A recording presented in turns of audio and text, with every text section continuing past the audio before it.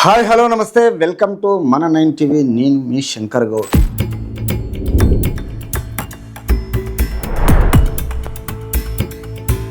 Smart కార్డుల printing పంపిణీ ఈసారి ఢిల్లీకి చెందిన సంస్థ కాంటాక్ట్ దక్కింది.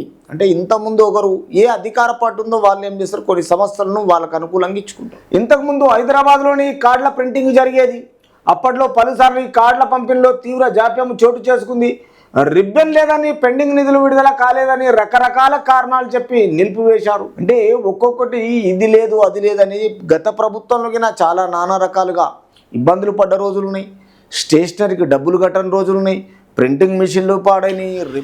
దీంతో వీటి పంపిణీలో ఆలస్యం జరుగుతుందని చెప్తున్నారు. కొత్త కోడ్ వచ్చిన తర్వాత ఇప్పటి వరకు 1.5 లక్షల కార్డులపైనే ప్రింటింగ్ కోసము ఢిల్లీకి అధికారులు పంపిణీ.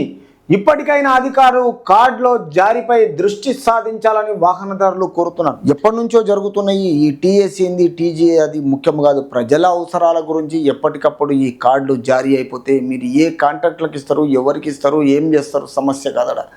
ప్రతి ఒక్కరికి రిజిస్ట్రేషన్ అయిన తర్వాత ఈరోజు లైసెన్సింగ్ అథారిటీ అయినా అండ్ రిజిస్టరింగ్ అథారిటీ అయినా ఆర్సీ బుక్ అయినా లైసెన్స్ అయినా ఇమీడియట్లీ 1 వీక్లో ఖచ్చితంగా ప్రజలకు చేరేటట్టుగా ట్రాన్స్పోర్ట్ డిపార్ట్మెంట్, ట్రాన్స్పోర్ట్ కమిషనర్ అయినా మినిస్టర్ అయినా ఈ వ్యవహారాన్ని కొంచెం పట్టించుకొని ప్రజలకు ఇబ్బందులు కాకుండా చేయాలని మన 9 టీవీ తరపున ఈ మన 9 టీవీని చూడని వాళ్ళు లైక్ చేయండి, షేర్ చేయండి, సబ్స్క్రైబ్ చేయండి. మీ అభిప్రాయానికి నా కామెంట్ రూపంలో తెలియజేయండి.